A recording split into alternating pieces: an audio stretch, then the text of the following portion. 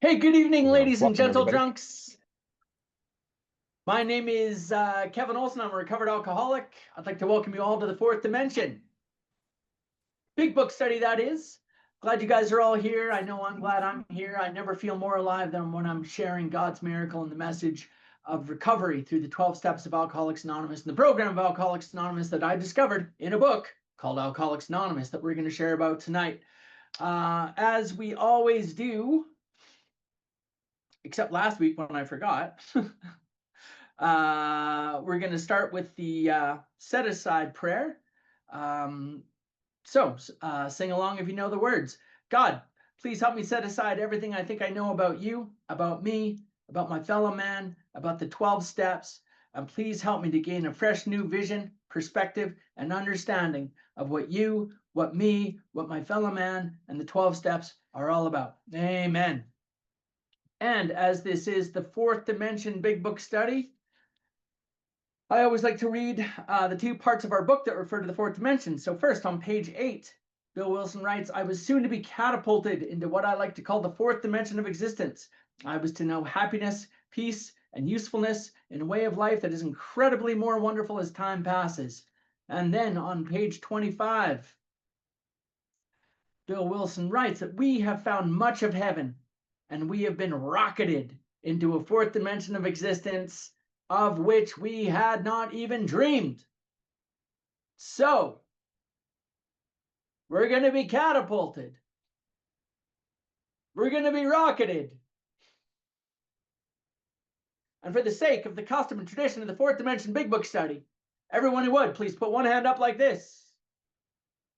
Everybody put another hand up like this. And everybody go, oh, yeah. All right. Well, I'm glad you guys are here. Thanks everyone for joining. Brad is in New Zealand right now, and it's breakfast time where Brad is. And so Brad isn't going to be able to be our reader tonight. Richard K., how would you feel about reading for us tonight? Would you be able to do that for us? Sure, I'll do my best. Thank you. Sorry to jump you unexpectedly like that, but yeah, that would be wonderful if you could help us out with that. So tonight we are on step 3. If you recall last week, we we stopped on page 60, being convinced we were at step 3. That's how we know where step 3 begins. Okay, it's not very mysterious. We were at step 3. It's a very definitive line right in that paragraph. But before we do that, let's do just a little bit of review on the chapter, how it works, so we can kind of get centered again in exactly where we are. Let me go grab my book real quick, Kevin. I'll be back in just 1 second. Okay, sure, Richard. Okay, so everyone, let's go to page 58 quickly. We talked about this at length last week, the chapter, how it works, and how that became and evolved into part of the tradition of Alcoholics Anonymous, that most meetings around the world will say, not all of them, but most of them, we'll start the meeting off reading how it works. We talked about primary purpose group, my home group, our home group, and how we read what's called the original manuscript of how it works, which we like for its level of directness. And we talked about some of the important differences between how it works as it is currently printed in the big book and the original manuscript of how it works. One of my favorite variations is in step 7, where step 7 used to say humbly, comma, on our knees, comma, ask God to remove our shortcomings, holding nothing back. And we talked about for me, the importance of praying on my knees, and how vital that has been to my recovery. And I want to say, I just want to throw a shout out to Gail. I want you to know I really took something away from what you said last week about sometimes, we may not physically be on our knees, but we can still say, God, I am on my knees right now. I am on my knees. And goodness knows I've found myself there many times in my sobriety, Gail. So I just want you to know that really resonated with me. I really appreciated that. So at the bottom of the second paragraph on page 58, is what Chuck Chamberlain described as the second requirement for sobriety. Okay, the first requirement for sobriety is on page 30. What he says is the first requirement for sobriety. Page 30, we learned we had to fully concede to our innermost selves that we were alcoholics. This is the first step in recovery. That's the first requirement for sobriety. The second requirement is in how it works, where it says, if you have decided you want what we have and are willing to go to any length to get it, then you are ready to take certain steps. That's the second requirement for sobriety. I have to decide that I want what AA has. And I didn't want it right away, to be honest. Okay. I wanted to be able to get sober. I just didn't want to have to like become like you people, you know. I wanted to get sober. I just didn't want to have to like, you know, hang out with alcoholics and become like a fanatic, like some of you people that I saw. And eventually, the more that I just continued to get beaten down by alcoholism, and the more desperate and hopeless I became, the more and more what you had looked attractive to me. Every time so I'm a guy who relapsed many times over 5 years. From age 17 to age 22, I was in and out of Alcoholics Anonymous on a regular basis. 30 days drunk, 60 days drunk, 9 months drunk, over and over and over. And every time that I came back to AA, that I had to go back to AA, I felt like I was taking a step down into AA.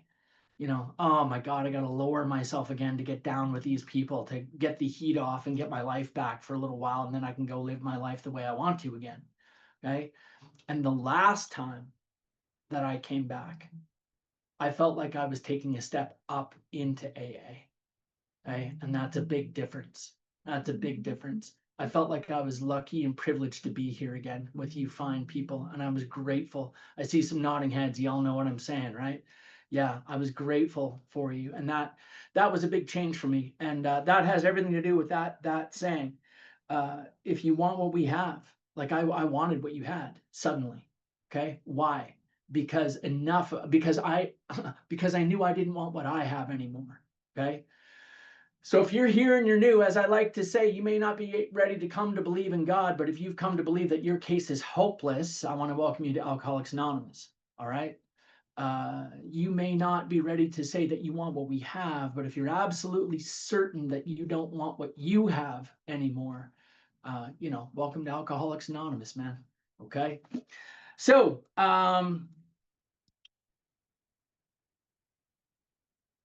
we talked about the dash last week in step 1, how important that dash is in step 1. Okay. In the English language, that dash between, you know, we admitted we were powerless over alcohol, dash that our lives have become unmanageable. That dash means end of first thought, beginning of new thought. It's not a comma. Okay. If it was a comma, that would mean that my life is unmanageable because I drink. And if I stop drinking, my life will be manageable again.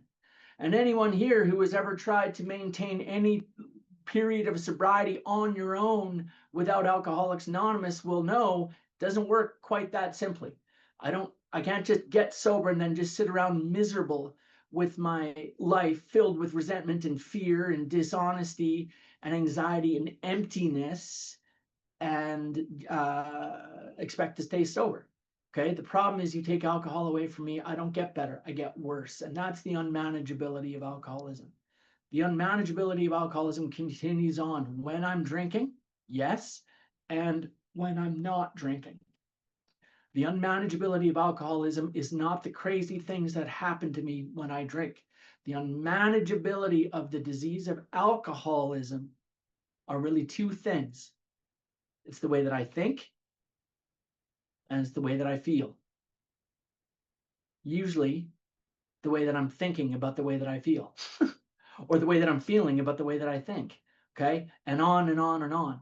And living that way has a tendency to make guys like me want to drink. Okay. I suffer from emotions that make life difficult. I always have. Clancy would talk about the sensitive nature of alcoholics. You know, we're like exposed nerve endings. It's like we go through life, and there's that, you know, when God's making us in heaven, there's that part where they put insulation around the emotions.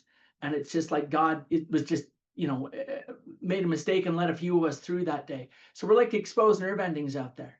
Okay. And that's the unmanageability. I love Bob Darrell says that alcoholism is a disease that begins when I stop drinking. Alcoholism and that disease, the end result of that disease is that I pick up a drink. Okay. I want to talk about the word relapse here for a second, because we talk about relapse a lot in Alcoholics Anonymous, and we often use the word relapse incorrectly, I believe. Okay. If someone drinks again, okay, one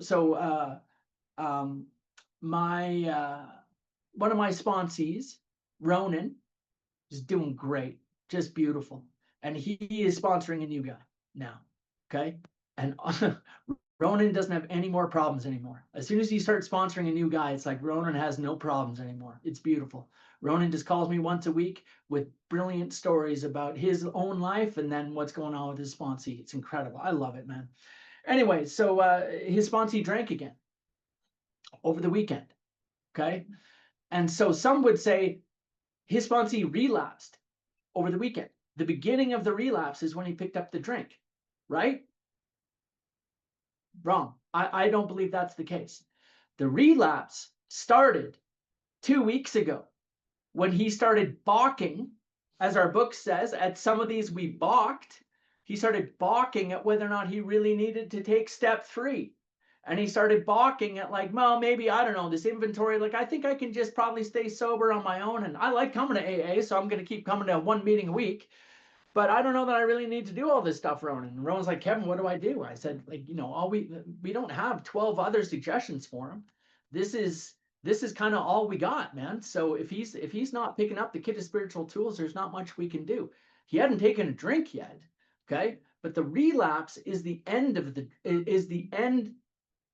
drinking is the end of the relapse, okay? Not the beginning of the relapse.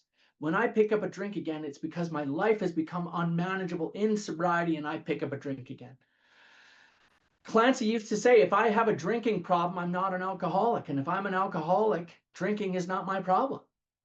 And he would say, like, that sounds completely backwards, doesn't it? But my problem as an alcoholic is that I suffer from this restlessness, irritability, discontent, this spiritual sickness, this brokenness, this unmanageability of the way that I think and the way that I feel. And the end result of that, the relapse at the end, is that I pick up a drink again. So I only mention that relative to the dash, okay? The dash in step 1. It's very important for me to understand that. We admitted we're powerless over alcohol, dash, that our lives have become unmanageable. That means the second thought is separate from the first thought, okay? And then really, guys, the only other thing that I wanted to just review, and then we'll get into step 3, and my man Richard can start reading for us, and I'm grateful to him for doing that. I just want to talk about the 3 pertinent ideas, okay? A, that we were alcoholic and could not manage our own lives. Everybody show me on your hands, what step is that? Step 1. I'm going to try that again. Everybody show me on your hands what step that is. There you go. Come on, Shiva. There you go, buddy. Okay, so B, that probably no human power could relieve our alcoholism. What step is that? Step 1. That's also step 1, okay? Some people think that that's step 2. Some people think that this is steps 1, 2, and 3 here, okay? It's not the case. That we were alcoholic and could not manage our own lives. Step 1. That probably no human power could have relieved our alcoholism. Also step 1, okay?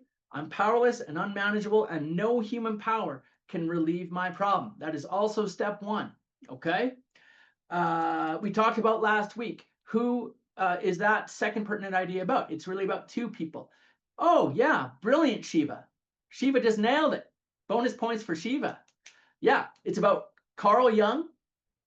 Carl Jung could not get Roland Hazard sober. One of the best psychiatrists on the planet did not have the power to get another alcoholic sober. It's also about Lois Wilson, who would have done anything she could to get her husband, Bill Wilson, sober and did not have that power, okay? That is step 1, okay? And then C, that God could and would if he were sought. What step is that? That's step 2, okay? And I like to point that out. And that's just classic Joe and Charlie stuff, man. Just classic Joe and Charlie. I thought for a long time, oh, that's steps 1, 2, and 3. And it's not. It's not the case. It's step 1, first pertinent idea, step 1. B, second pertinent idea, step 1. C, third pertinent idea is step 2. How do I know that?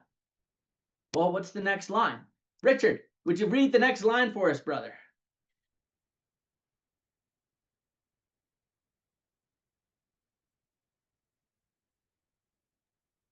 Sorry, Kevin, what page? Page 60. Sorry. Being convinced. Oh, okay. Sorry about that. My name's Richard. I'm alcoholic. Hi, Richard. Being convinced, we were at step 3, which is that we decided to turn our will and our lives over to the care of God as we understood him. Just what do we mean by that, and just how do we do that? Okay, so how do I know that we're at step 3? Well, it's pretty clear. It tells us there. Okay, I think it's pretty clear. Being convinced, we were at step 3. So this is where step 3 begins in the book. We talked about how it works is really kind of a no man's land, kind of an in-between point, if you will, between step 2 and step 3.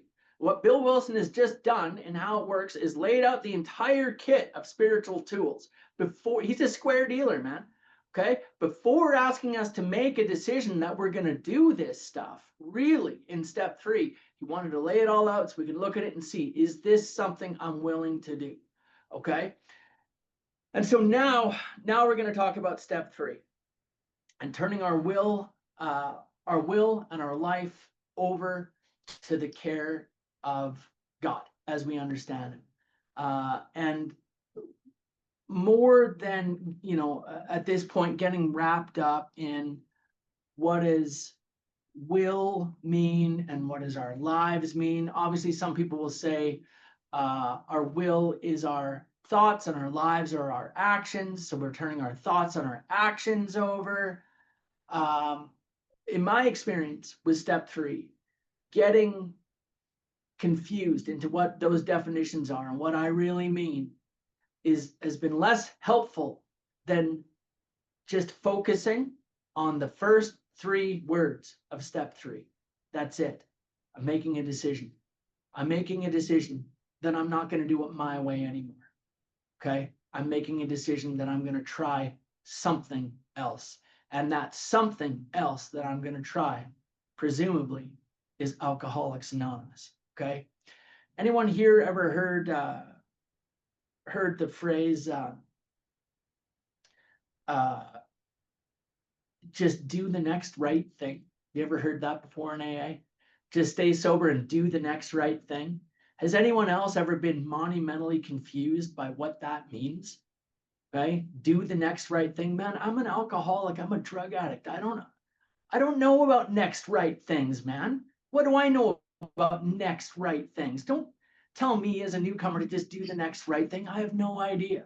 Okay. And so what I like to say to my sponsees and how I reconcile that and simplify it is that all I need to do is take the next action or direction that Alcoholics Anonymous is asking me to take, whatever that is. Okay. Whether it's step 10 or step 11 or step 12, whatever that next direction that AA is asking me to take. When in doubt,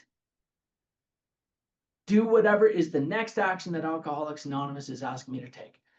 Okay. And if I don't know what the next action is, who's a really good person for me to ask? My sponsor. Okay. My sponsor, okay, is a great person for me to ask, what is the next thing that I need to do in AA?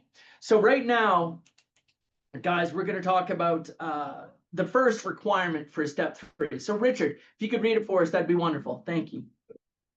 The first requirement is that we be convinced that any life run on self-will can hardly be a success. On that basis, we are almost always in collision with something or somebody, even though our motives are good. Okay, so I'm just going to jump in here, Richard. So what does that mean? What does that mean? The first requirement, so this is pretty important.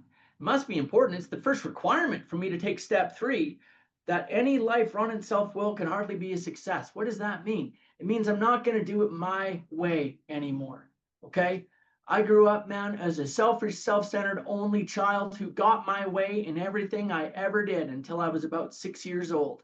Okay. And then I hit the ground running and I got out there into the world and I started bumping into other people. And immediately, the word is collision. Okay.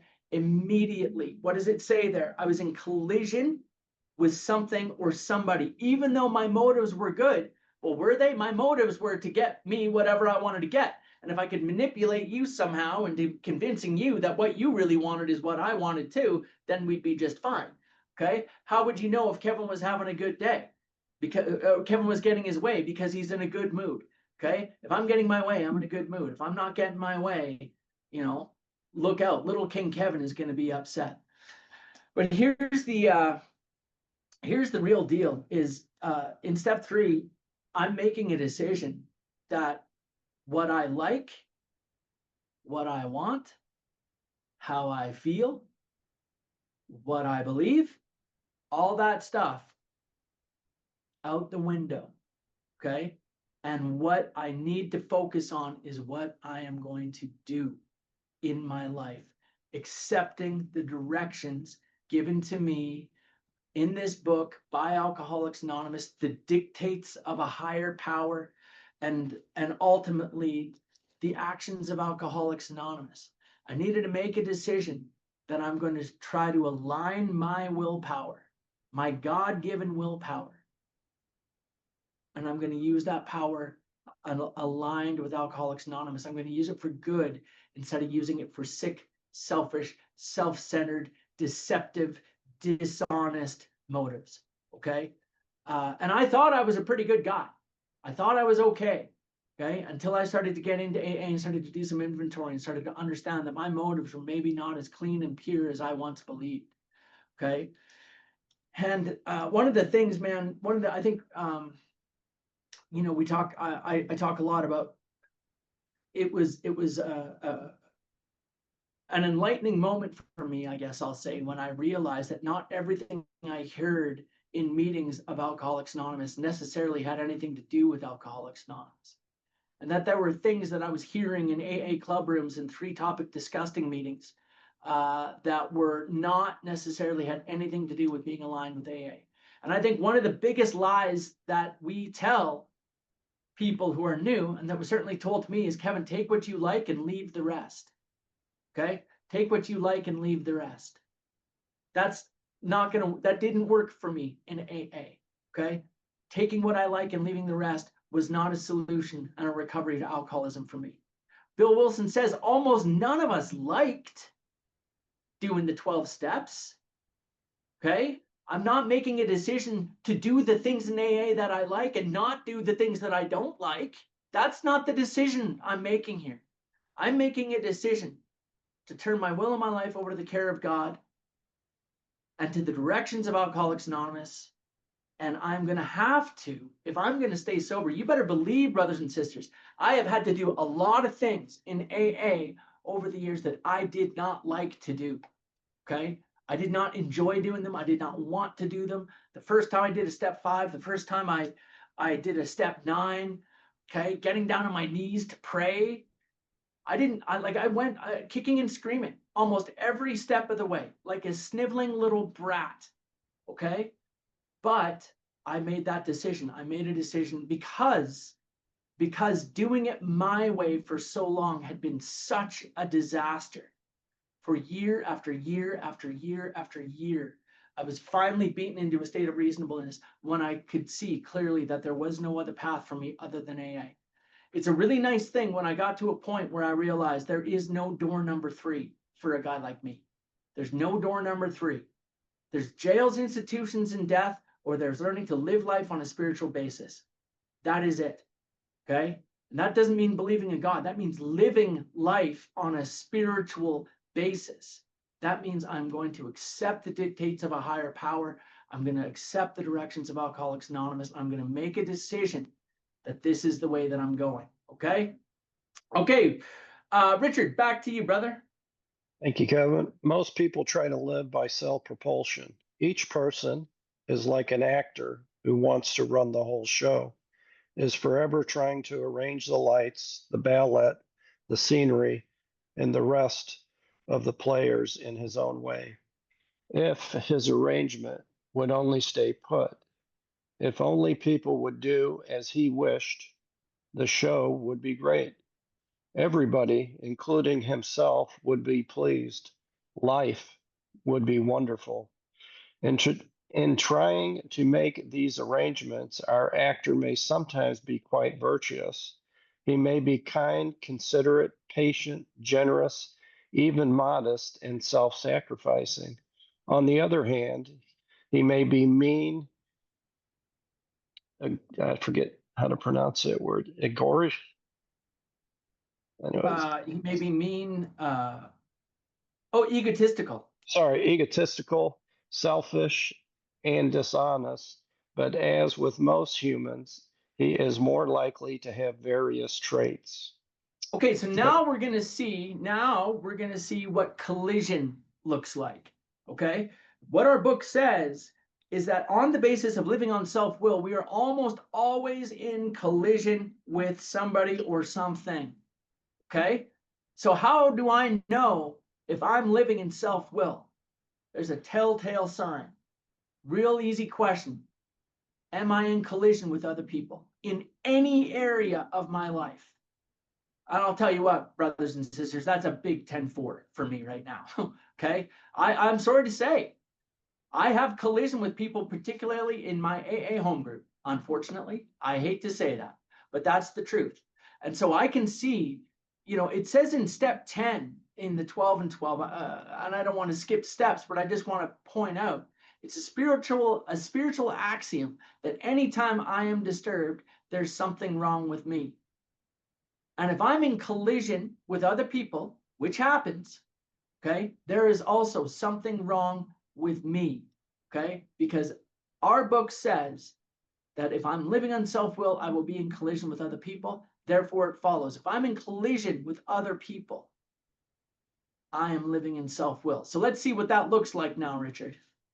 What usually happens, the show doesn't come off very well. He begins to think life doesn't treat him right. He decides to exert himself more.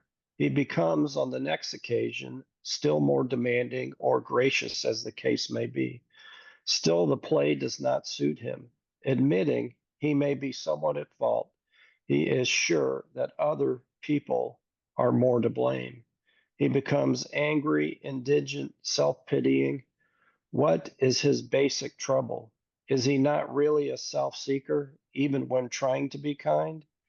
Is he not a victim of the delusion that he can wrest satisfaction and happiness out of this world if only managed well? Is it not evident to all the rest of the players that these are the things he wants? And do not his actions make each of them wish to retaliate, snatching all they can get out of the show? Is he not, even in his best moments, a producer of confusion rather than harmony?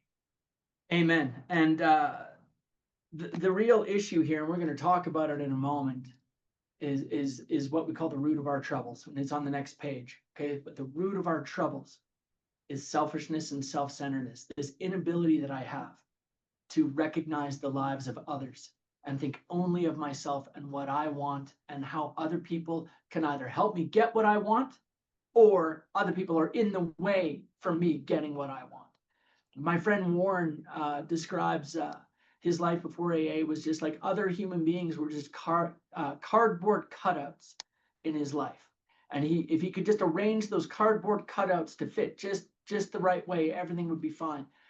I'll just share this. The other day, I was reading like a definition. I forget if it was like a definition of a sociopath or a definition of a psychopath or whatever.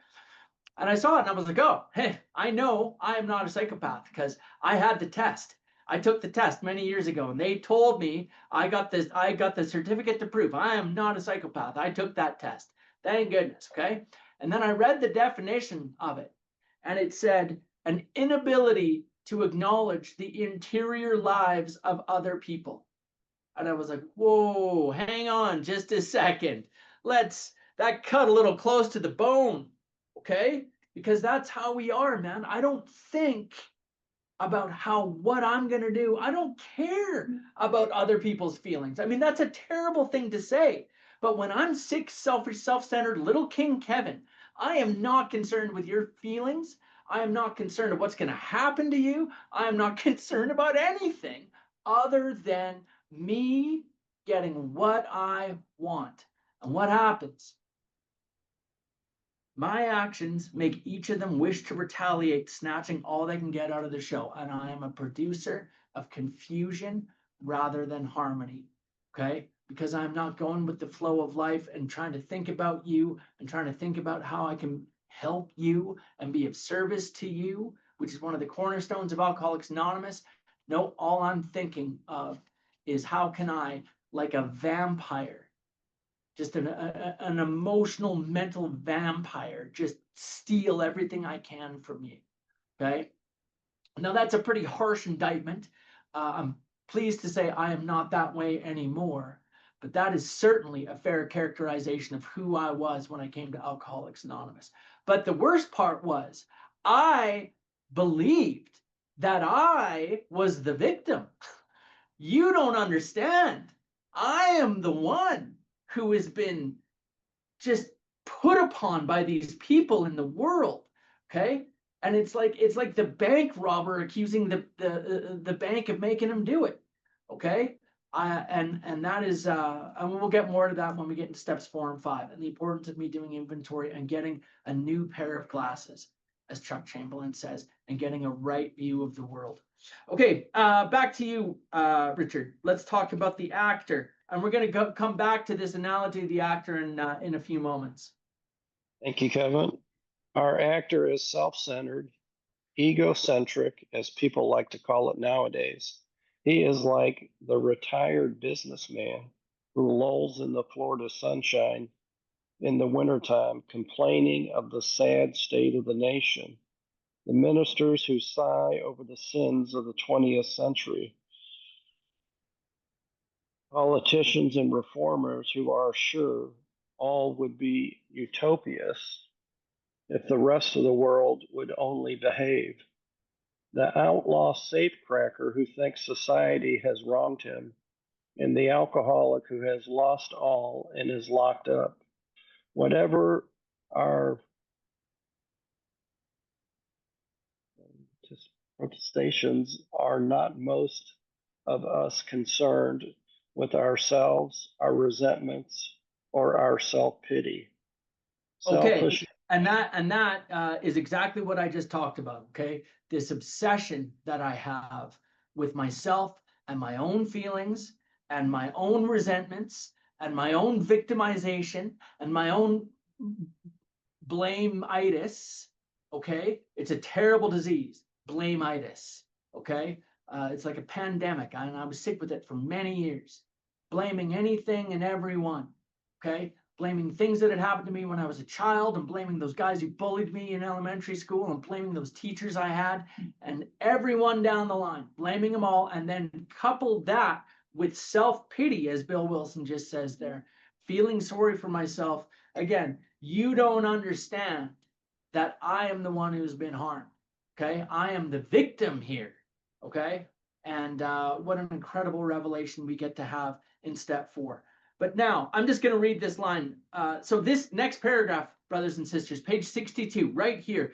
This is, if there was a single paragraph other than the cycle of alcoholism that we talked about in the doctor's opinion, if there is a single paragraph that really, for me, encapsulates the foundation of the rest of the 12 steps and the ongoing work that we are going to do through the rest of the 12 steps, this is it. This is the cornerstone, really. This is the foundation level of all of it. And my understanding and my need to understand selfishness and self-centeredness. That, we think, is the root of our troubles, okay? It's not one of our troubles. It's the root of our troubles. And what grows from the root? Everything. Everything stems from this selfishness and self-centeredness. Now, one of the things, before I forget, guys, I'd like you to put a little note in the margin there in the paragraph, step 4, column 4. It's very important to know that when I do step 4, column 4, I come back here, okay? And I'll explain why when we get there, but let's just put a little note there for now. Selfishness, self-centeredness. Let's talk about what those two words are. Because we talked about, I'm turning my will and my life over to the care of God, okay? And what did we say? Will is our thinking and life is our actions. Selfishness are my actions. I behave in selfish ways and I do selfish things and I'm in collision with other people and that causes them harm, okay? Selfishness is my actions. This is little King Kevin with his foot on the gas pedal, driving as fast as he can, through hitting pedestrians, okay, crashing into cars to get where I need to get to. But those selfish actions are all rooted in thought. Just like I cannot pick up a drink without having a mental obsession and an insanity first. I have to have a thought before I can pick up the drink. I cannot behave in selfish ways until I have had a self-centered thought, okay? And self-centeredness is my thinking. Selfishness are my actions. Self-centeredness are my thoughts. And self-centeredness, truly, I come to believe more and more every day, is the absolute root of alcoholism. This obsession that I have with myself and my own life and what's going to happen to me. And guys, one of the things, and this is really important for you to understand, it was really important for me to understand. Self-centeredness in our vernacular in the English language has become misrepresented because we use self-centered as a synonym for egotistical or vanity or someone sitting around thinking how great they are. Would you agree with that? Oh, he's so self-centered. All he thinks about is himself. And we seem that to mean that to think that someone is thinking well of themselves a lot. And that is not the case necessarily. It was certainly not the case with me, and it may not be the case with you.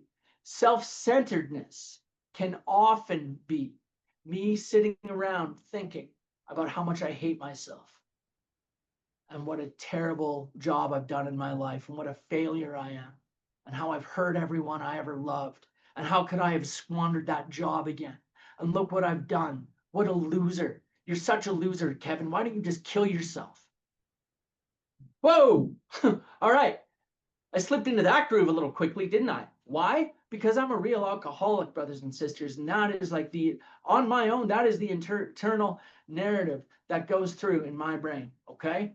And although that is not, thinking of myself in a vain, egotistical way, with everything I just said, although it was all very negative and perhaps disturbing, what was the sole obsession in everything that I just said? Me. I'm thinking about myself, and whether I'm thinking, the old line in AA, whether I'm thinking well of myself or I'm thinking poorly of myself, I am thinking only of myself, okay? And this self-obsession, this obsession with me and my life and what's going to happen to me and the fears that come from that. When we talk about fears, Bill Wilson says that self-centered fear is the chief activator of our defects. And these defects of character, this selfishness and self-centeredness, puts me out in the world, living in self-will, fueled by 1,000 forms of fear. And now I am stepping on the toes of my fellows and I am living in absolute collision with everything and everyone. And my life becomes a disaster again. And I think it's all their fault. And I become in psychic, mortal, emotional pain, restless, irritable, discontent. I have an insane thought and I pick up the drink again. Okay? That's how that works. Okay. So now, Richard, if you'd be kind enough, let's read the rest of this paragraph. This is absolutely axiomatic, an irrefutable truth. What we're about to read, and is absolutely key in changing our perception of reality. Selfishness, self-centeredness, that we think is the root of our trouble. Driven by 100 forms of fear, self-delusion, self-seeking, and self-pity, we step on the toes of our fellows and they retaliate. Sometimes they hurt us seemingly without provocation, but we inevitably find that at some time in the past, we have made decisions based on self, which later placed us in a position to be hurt. So our troubles, we think, are basically of our own making. They And arise. brothers and sisters, let me tell you, that is good news. That is good news for everyone in this call. Our troubles are of our own making. You know what that means? It means I can stop making this trouble for myself. How do I do that? First requirement is that I have to be convinced that a life run on self-will can hardly be a success. And I need to make a decision to turn my will and my life over to the care of anything that is not my own self-will. Okay? I'm not saying, and I talked about this last week, guys. One of the things, the mistakes I made in AA is to think that I had to become holy. I had to become this spiritual guru in step 3, and then I could go ahead with the rest of the steps. Not the case. All I'm doing in step 3 is making a decision that I want to have that type of a life. Because where does it say that we've had a spiritual awakening?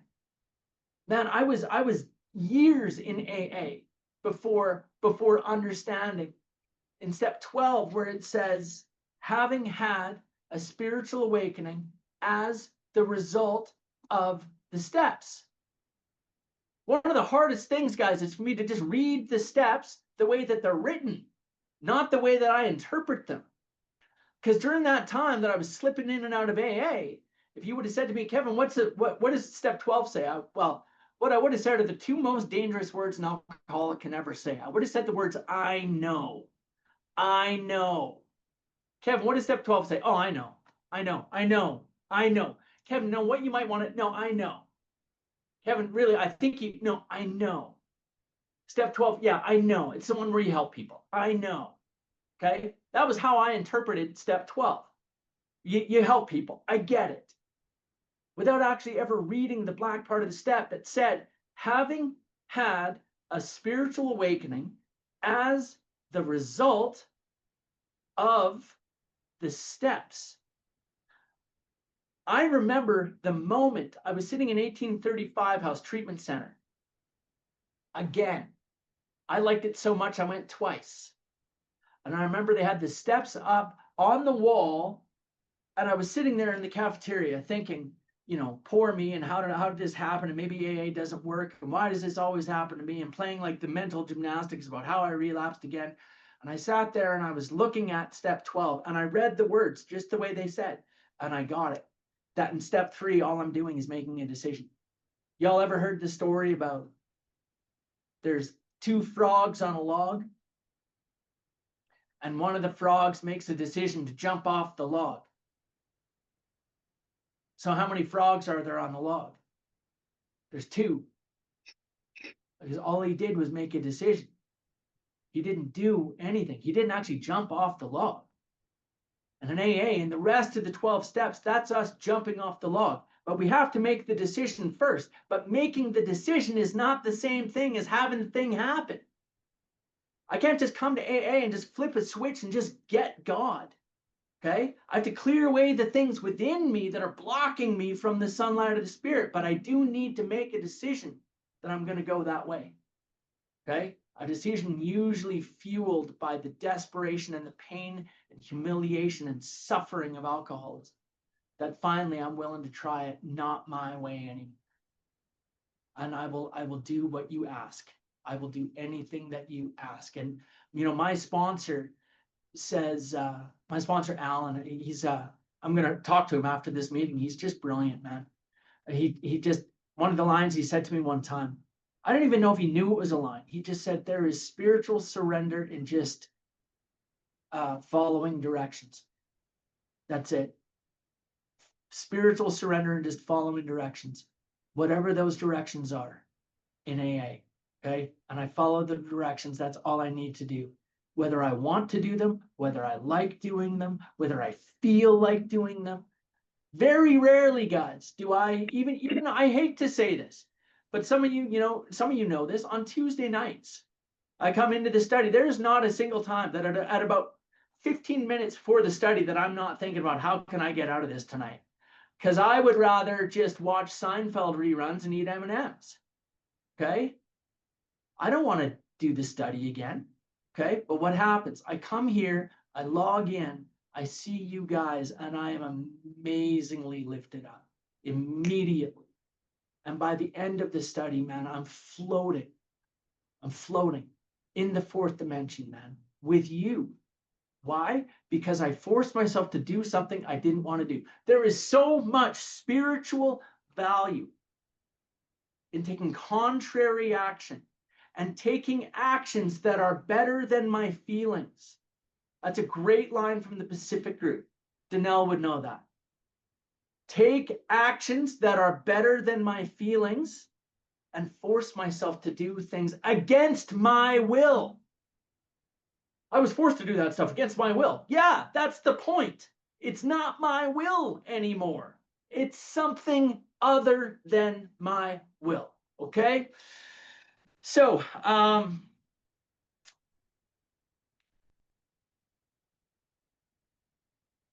these troubles are of our own making. That's good news. We don't have to make these troubles anymore. Okay? If you're here in AA and you're new or relatively new, the promise that you'll hear a lot in AA is like, oh, you're here in AA, you never have to drink again. It's like, that did not sound like a glorious promise to me.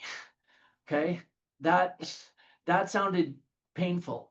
That's a nightmare. Okay? What do you mean I don't have to? I needed to drink, but the deal is, guys, whatever life it is out there that I was living that brought me in here, I don't ever have to live that way anymore, ever. Whatever feelings and painful emotions that you were suffering out there that brought you in here, you don't ever have to feel that way anymore, okay? Because I needed to drink because of the way I was living and the way that I was feeling, the way that I was thinking. That's the unmanageability.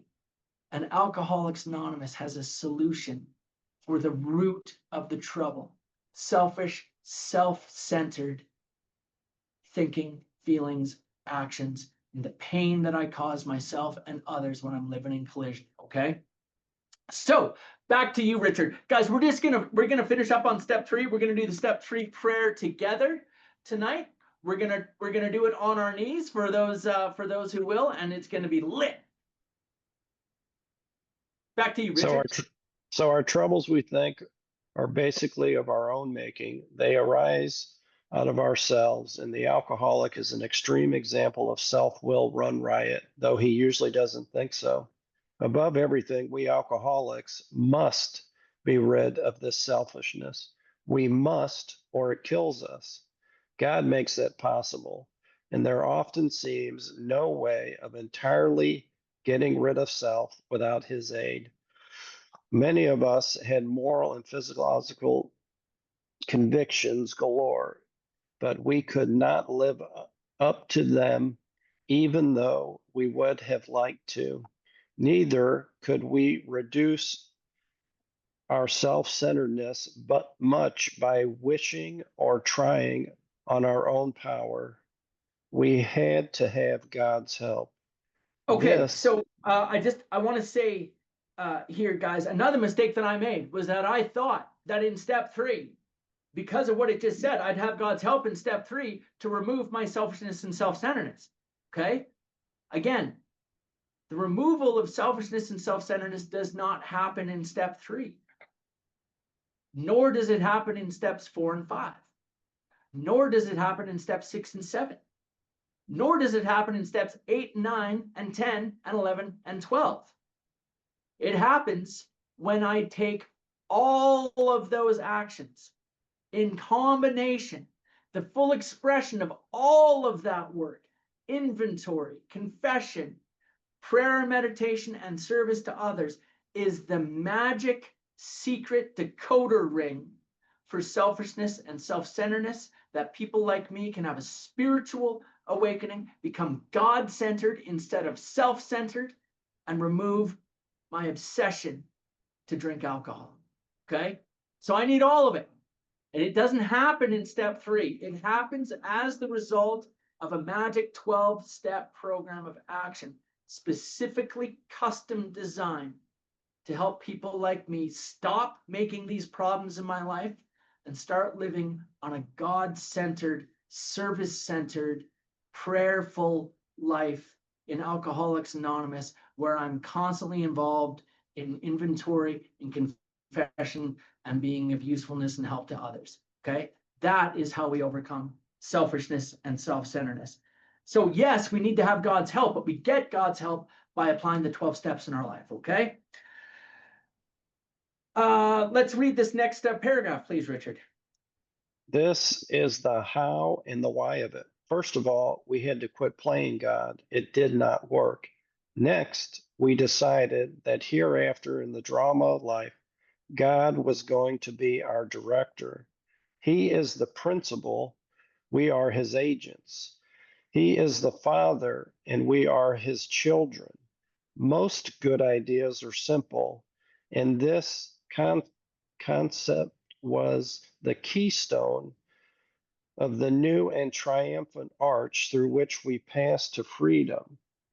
Okay, so I just want to talk about this idea of I had to quit playing God, because I didn't understand that for a long time in AA, because I thought that like they were talking about, you know, like the guy that I lived with in the psych ward that thought he was Jesus. Okay, you know, like that's not entirely true. I didn't live with the guy in the psych ward who thought it was Jesus, but you know what I mean. Okay, those, I got to be honest, I can't lie. Okay, even if it makes you laugh, I can't lie. But you know what I mean? Okay, guys who think that they're God. Like, I didn't think I was God. I don't understand what you mean. I had to quit playing God. What do you mean by that? Okay. Well, I'll just share with you how I simplify it for myself. Is you know, we talk about God being a king. Okay. And if I change it to king, and that's why I often jokingly and with all seriousness refer to little King Kevin. Little King Kevin has become displeased with the subjects of his kingdom. Okay. And little King Kevin is going to start, you know, chopping people's heads off. Okay. If I think about it, I had to quit thinking that I was the king of the world and that you all were just my subjects. I had to quit thinking that the world was a movie of which I was the star and you were all extras. Okay. That's what I had to stop thinking that way.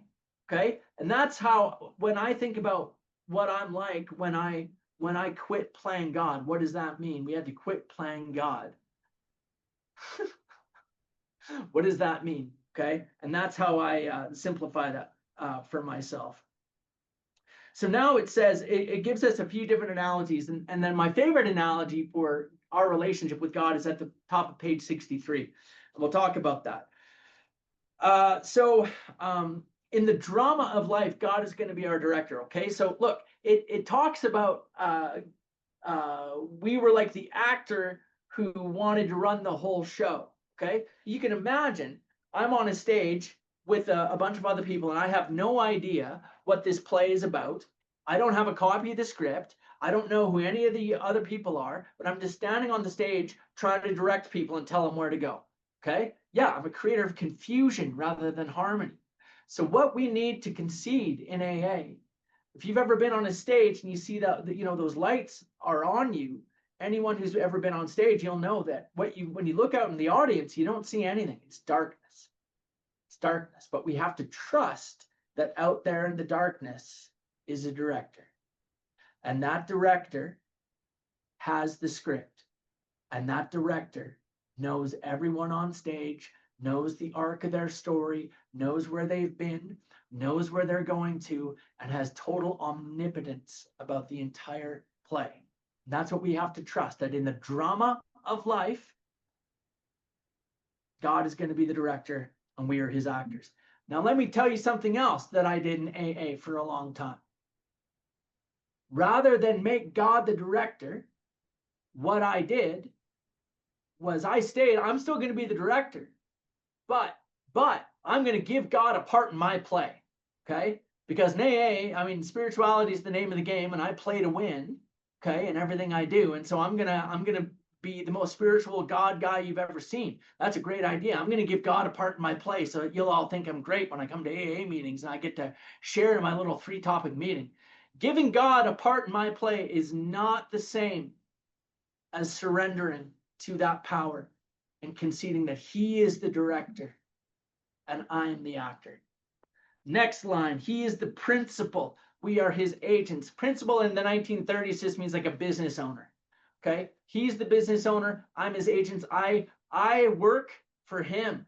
Okay, and we're going to come back to that concept that I work for God, not the other way around. God does not work for me. I work for God and I get access to his power, and through his power into my life, then I see God's miracles beginning to work through me, not for me. You understand the difference? Okay. Now it says, he is the Father and we are his children. Okay. Our Father who art in heaven. Someone remarked the other day that their whole religion was contained in the first 2 words of the Lord's Prayer. His whole religion, that was it. Our Father. Man, I love that. I love that. Okay. So now at the top of page 63, this is the most logical analogy that we can make to our relationship with God. When I go through step 3 with sponsees, this in particular is what I'll take them through. Okay, and I'll really highlight this. This is what we'll call the employment contract I'm going to make with God. So Richard, back to you, brother. When we sincerely took such a position, all sorts of remarkable things followed. We had a new employer. Capital E on employer. Capital E on employer. Pay attention to that, okay? Means we're not talking about, well, it means we're talking about God when there's a capital letter on something like that, okay? Back to you, Richard. Being all powerful, he provided what we needed if we kept close to him and performed his work well. Established on such a footing, we became less and less interested in ourselves, our plans, and designs. More and more, we became interested in seeing what we could contribute to life.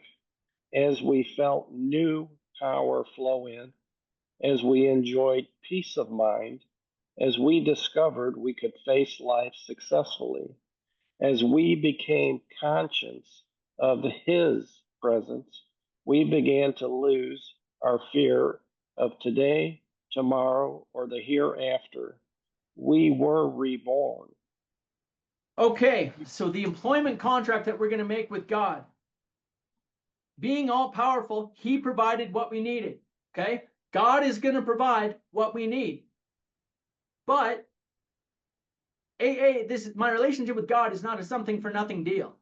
Okay, I don't just ask God like, hey God, get up on tippy toes and make the world little rainbows and lollipops for Kevin because I'm such a swell guy and I deserve this. Not at all. Okay, in fact, grace, the grace of God, y'all know what that means? I didn't. Grace means unearned love. It means I don't deserve it. Okay, but we get it anyway. Thanks, Kenneth Shank. Love you lots, man. That is that's the deal, is that he will provide what we need, whether I deserve it or not. That's grace, the grace of God, the unearned love of God. But now, AA is not a something for nothing deal. Okay, God's going to do this for me. And what are we going to do? He will provide what we need if two things. Number one, I keep close to him. Number one. Number two, I perform his work well. Okay? Well, let's start with the second one. What is God's work for us? I'll give you a hint. There's 12 of them. Okay? The 12 steps, that is God's work for us. Okay?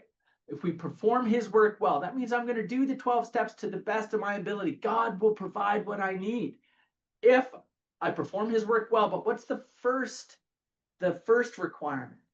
Okay? Is that I keep close to him. So how do I do that? How do I keep close to God? Well, the first is through, Lynn, you're right, prayer and meditation. Okay, how am I going to have a relationship with someone if I don't talk to them? Okay, it's when I stopped talking about God and I started talking to God that my life changed.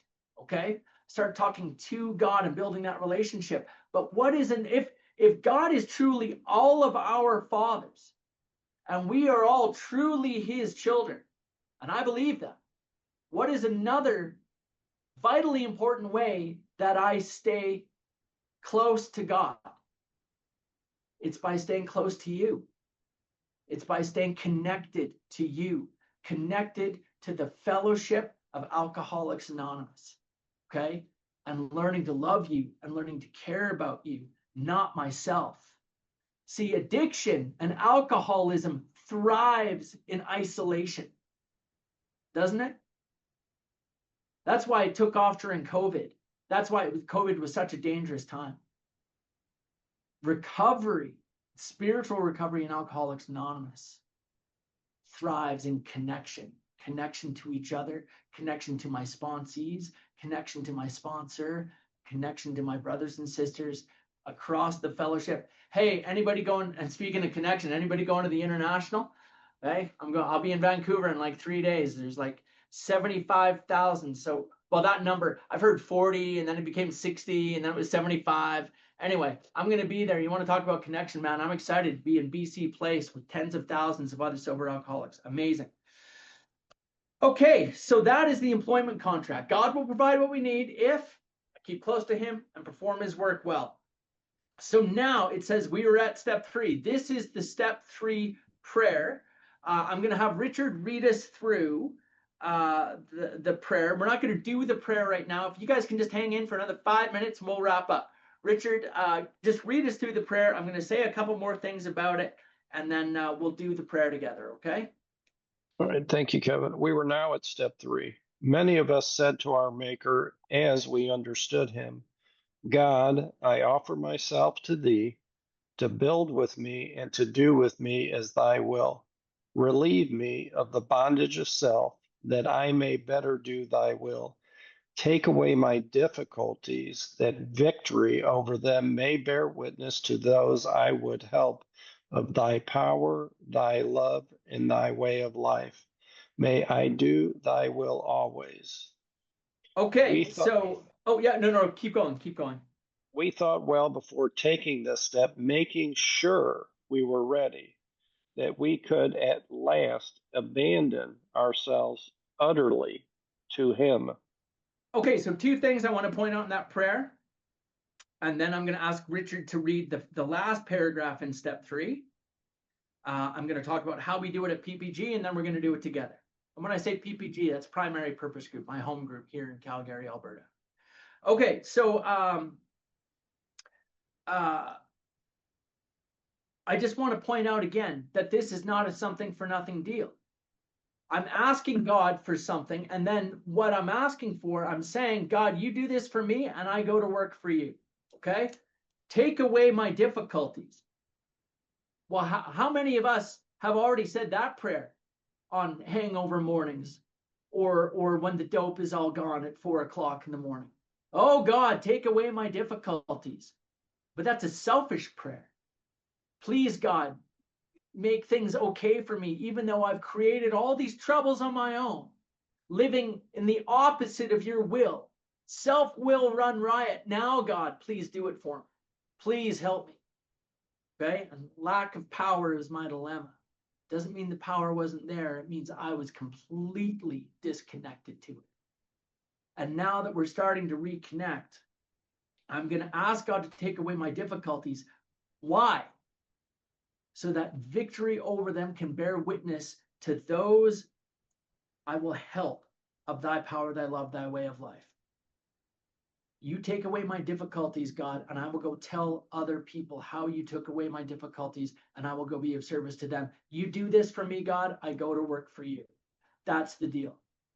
Okay? God, you're my employer, capital E employer. You provide what I need, and I will keep close to you, and I will perform your work well. You take away my difficulties, and I will bear witness to other suffering alcoholics of what you have done in my life, and I will help them, God. Okay?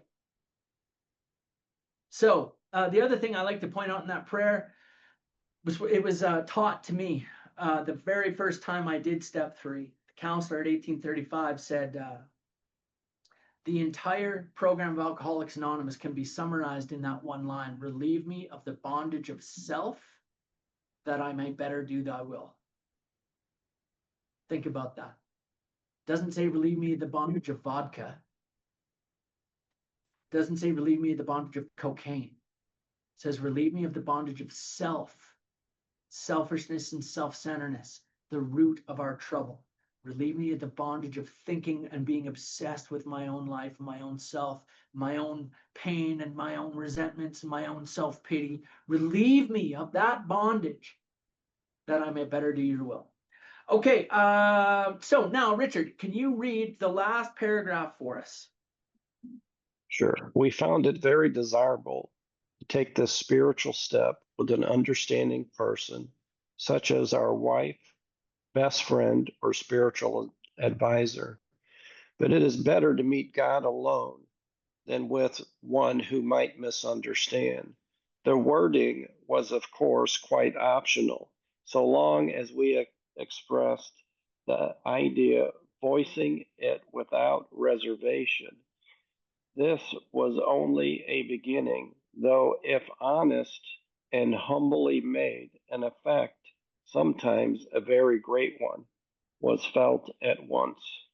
Okay, so thanks for that, Richard. Thank you very much. So at Primary Purpose Group, we really believe in this paragraph. And when it says we take this with a spiritual step with an understanding person, as a wife, best friend, or spiritual advisor, we think it's cool to take it with our group.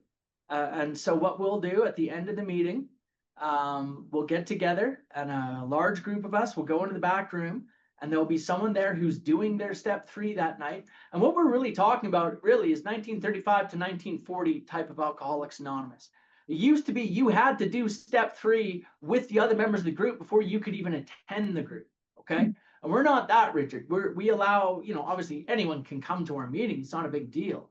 But when we do step 3, we do it as a group. We all get down on our knees together, and we say the prayer. Now, we say the step 3 prayer together, but then we take it a step further. What it says here is that the wording was, of course, quite optional, so long as we express the idea of voicing it without reservation.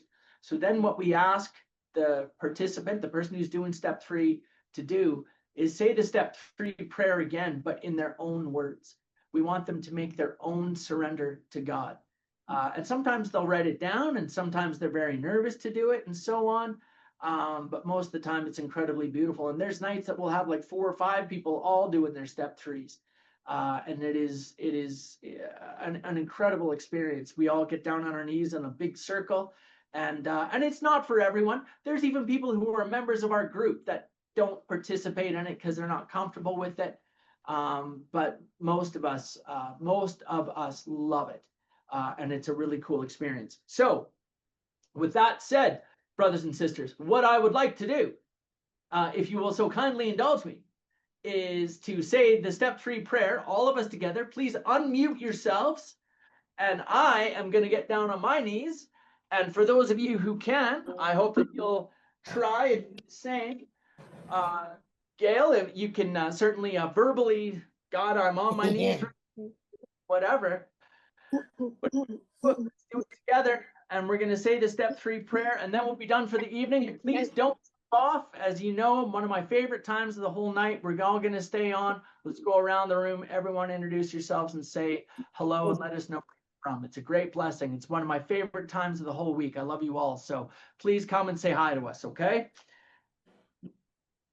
Many of us said to our Maker as we understood him, God, God, myself, for today, with me to do with me to as build thy with me will, and to make me as give thou me wilt. understanding that I may Give me the bondage of the my bondage of thy will. difficulties, the victory Through my within, difficulties, the victory within my bear thy witness power, those on my power, of thy power, power, thy thy love, love, and thy way of life. May I do thy will, always. thy will, always. Amen. Amen. There. We just said step 3 with people from all over the world. How's that? I can't get up. I know, I can't get up. Pretty Somebody deadly. I'm not a newcomer anymore. Okay, Oh, so guys, thank you all. That was just brilliant. And thank you, Richard, for reading tonight. I know I kind of brought that up on you on short notice. You did an excellent job. Round of applause for Richard tonight, Yay, reading Richard. everything. Okay, so with that said, let's go around the room. I'm going to say hi to Farron, I believe is in Olds. Is that correct? That's correct. Hi, I'm Hey, Farron. nice to I'm see an you again. alcoholic. Hi, Farron. Nice to see you again. It's great to be here. Awesome. Great. Let's go to Salvador. Yeah, hi everyone. Salvador Alcoholic. It's 2 a.m. here, well, 12 minutes past 2. So I'm going to go to bed after this one. Where are you Thank from, you. I Salvador? enjoyed that. That was really good. Where are you from? UK. UK. I could have guessed that. Only because of the time zone. That's all. That's all I meant.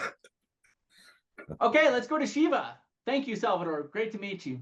No worries. Hello everyone, Shiva Alcoholic, joining from Calgary. Hi, Shiva. Great to have you. Let's go to Linda. Hi, everyone. How you doing? Right now it's a 6:15 p.m. It's dinner time here in California. So maybe I'll be up maybe for like at least another 4 or 5 hours, and I'll start falling asleep. But other than that, I'm doing good. I'm glad all you people are here. You're doing a great job on your journey. And oh, my puppy Desi Inez, my long-eared Chihuahua, he wants to give you all a kiss. Right, Desi? Come on. Show your furry tail. You have to give kisses to all your aunts and uncles, especially your Uncle Kevin, okay? Come on, let Aw. him know he's doing a great job. Beautiful. Rest of the people too, honey. That's He great. is such a much. You're gonna love him. Thanks. It's wonderful to have you here as always, Linda. Thank you so much. Thanks for introducing us to your dog. Let's go to Kathleen in Reno. He knows you do the best he can on all your journey, so he gives you credit that you're doing a great job. Nobody's perfect. I'm a New Yorker. I know this, and I told him this. Thank you, Linda. Right, Donna? Thank you. Okay, Kathleen in Reno. Hi, Kathleen, real alcoholic. And what do you want me to say?